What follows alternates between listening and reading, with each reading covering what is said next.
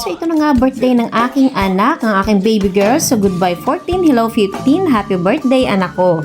Habang tumatanda ka, mas lalo kong nakikita kung gaano ka nagsusumikap at kung gaano ka kabuting bata. I'm so proud of you and we are so proud of you, my young lady. You're becoming responsible, respectful at may malasakit sa paligid mo. Sa pagpasok mo sa 15, wish ko lang na ipagpatuloy mo ang sipag mo sa pag-aaral. Maintain mo ang magandang grades mo, maging focus ka sa pangarap mo, at laging maging mabait at magalang na bata. Hindi mo kailangan maging perfect na anak, gusto ko lang na gawin mo ang best mo sa lahat ng bagay. Nandito lang ako, kami ng pamilya mo para gabayan ka, suportahan ka at mahalin ka sa bawat araw. Thank you for making my life brighter, my baby girl. Happy birthday!